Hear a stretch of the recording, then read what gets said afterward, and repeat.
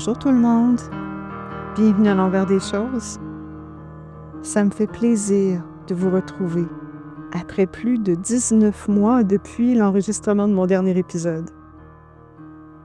Je lance mon balado d'aujourd'hui avec une série de questions. Est-ce que vous vous sentez contraint à des standards élevés de performance, même dans les choses les plus banales? Avez-vous l'impression que si vous ne faites pas les choses à la perfection, vous pourriez décevoir quelqu'un et risquer de perdre son approbation? Est-ce que vous avez des pensées autocritiques vis-à-vis de vous-même et de votre valeur? Avez-vous l'impression de ne pas mériter le succès? Est-ce que ça vous arrive de ressentir de la frustration et de l'agacement à la vue de quelqu'un qui réalise des choses que vous aimeriez faire mais que vous n'arrivez pas à mettre de l'avant? Si vous avez répondu oui à l'une ou l'autre de ces questions, c'est peut-être que vous aussi êtes aux prises avec le syndrome de l'imposteur. Qu'est-ce que l'imposteur? L'imposteur, c'est cette part de nous qui n'ose pas faire entendre sa voix, qui doute d'elle-même, qui ne met pas ses projets de l'avant, qui refuse les opportunités, qui s'impose des standards de performance impossibles, qui se saborde. Tout ça par crainte d'être percé à jour comme étant nul, une fraude, pas à la hauteur.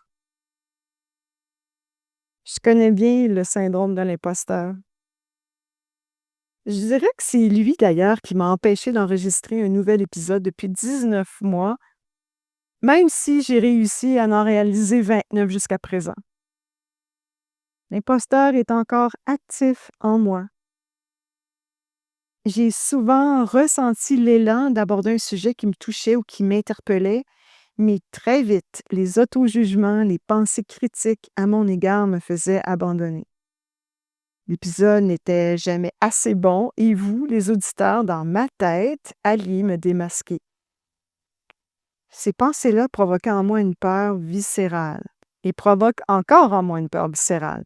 Sauf que, petit à petit, je prends conscience de la relation de cause à effet entre ce qui se dit dans ma tête et auquel j'adhère encore inconsciemment et la résultante d'y croire. Ça s'appelle l'ordre de création. Une pensée se manifeste à laquelle je crois, laquelle provoque une émotion et qui, à son tour, provoque une réaction. Et voilà ma réalité. Par exemple, la pensée « je ne suis pas à la hauteur ».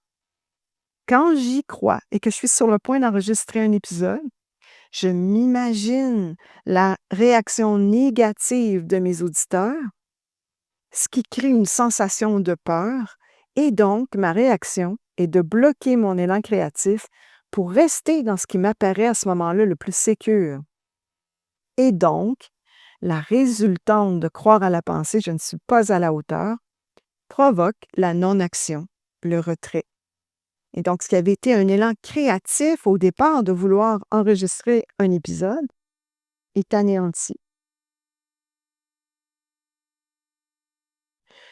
Le fait de croire la pensée, par exemple, « je ne suis pas à la hauteur », active le syndrome de l'imposteur et provoque de la peur. Et comme la peur est inconfortable, c'est tout mon système qui se mobilise pour chercher à apaiser l'inconfort le plus rapidement possible à l'aide de stratégies et de mécanismes dont l'objectif, c'est de faire en sorte de bloquer les sensations d'inconfort. Parce que pour une part de moi, si je devais me laisser être avec ce qui est inconfortable, ce serait l'équivalent de tomber dans un gouffre et ne plus jamais en ressortir. Finalement, ça serait comme en mourir. Récemment, j'ai vraiment pris la mesure du syndrome de l'imposteur en moi. J'ai pu observer les différentes stratégies qui émergent lorsque je suis sur le point d'enregistrer un épisode et que l'imposteur est activé. Son objectif est de me garder en sécurité et de m'empêcher d'aller de l'avant. Par exemple, Les mécanismes de défense se manifestent par des besoins à satisfaire. J'ai soif, j'ai faim, je suis fatiguée. Ou en me cherchant à me distraire de la tâche, par exemple en trouvant une autre tâche, soi-disant plus importante. Ou alors en scrollant sur mon portable pour voir si quelqu'un n'a pas partagé un truc important. En fait, toutes nos petites et grandes addictions sont en soi des mécanismes d'autoprotection à l'égard d'un danger imaginé. La procrastination est aussi en soi un mécanisme de défense. J'observe que toutes ces stratégies-là ont un seul objectif: me faire penser à autre chose, à créer de la distraction pour ne pas ressentir ce qui est inconfortable en moi. Nos mécanismes de défense ont peut-être pour effet de masquer temporairement notre inconfort, mais entre-temps, les croyances qui se trouvent à la source de l'imposteur ne sont pas mises en lumière et ne sont pas remises en question.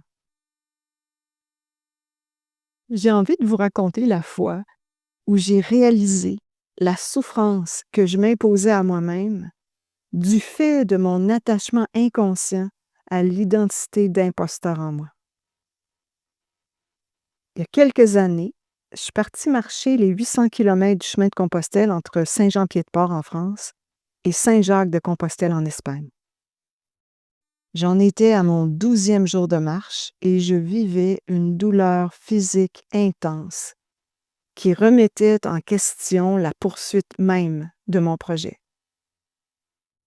J'avais extrêmement mal à la cheville droite et aux hanches. Il y a des jours où je me demandais comment j'avais pu compléter les 25 km de la journée. C'est d'ailleurs seulement à mon retour en allant consulter un podiatre que j'ai su que j'avais besoin d'orthèse.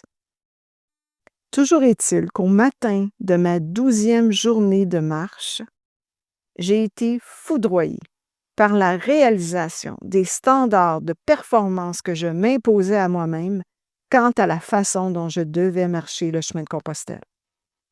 Malgré ma douleur intense, je m'imposais de devoir marcher la totalité des 800 km du chemin avec mon sac à dos sur le dos, comme on porte une croix, alors que des options existaient de faire transporter mon sac et d'alléger le poids sur mes articulations.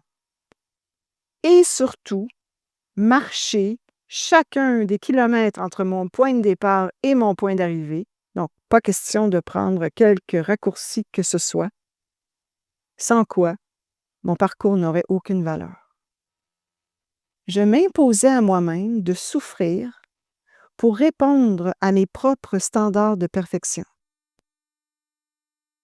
J'ai réalisé dans un flash que personne d'autre que moi m'imposait ces standards. Au moment de ma réalisation, je me suis assise sur le bord du chemin pour prendre une pause et consigner cette dernière révélation dans mon journal. C'est à ce moment qu'est apparue sur le chemin une carriole tirée par 2 chevaux et remplie de pèlerins joyeux qui riaient. Quand la carriole est arrivée à ma hauteur, j'ai compris que la vie, sous la forme d'une métaphore, me présentait un nouveau choix.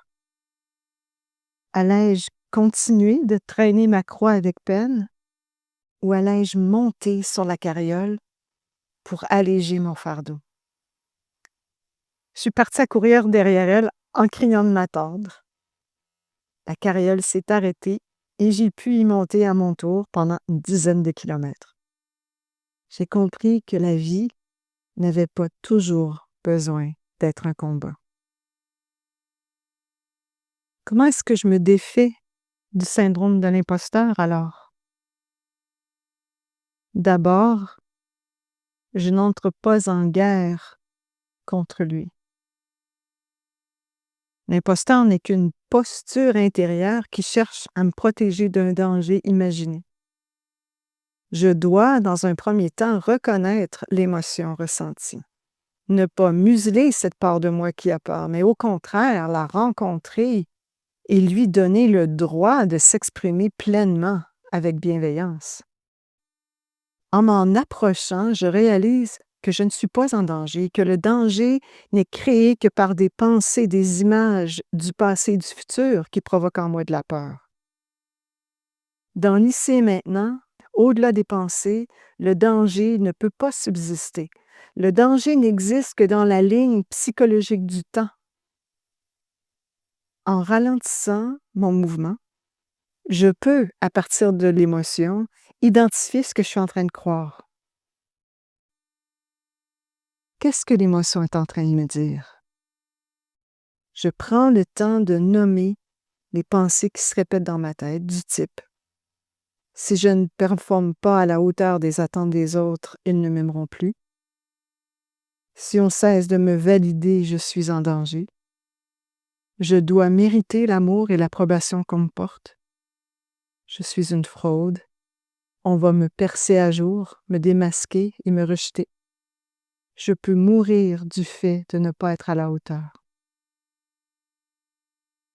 Personnellement, j'utilise une approche qui s'appelle The Work of Byron Katie, le travail de Byron Katie, qui me permet d'identifier et de remettre en question, à l'aide de 4 questions et de retournements, si la pensée à laquelle je crois est absolument vraie pour moi. La remise en question d'une pensée stressante me permet de voir ce qui se passe à l'intérieur de moi quand j'y crois et d'y jeter la lumière à partir de ma sagesse intérieure. En bout de piste, en m'approchant de la part de moi qui se sent imposteur, en me laissant ressentir la peur, en identifiant les croyances auxquelles je m'attache et en les remettant en question, ces croyances perdent leur pouvoir sur moi et je retrouve ma nature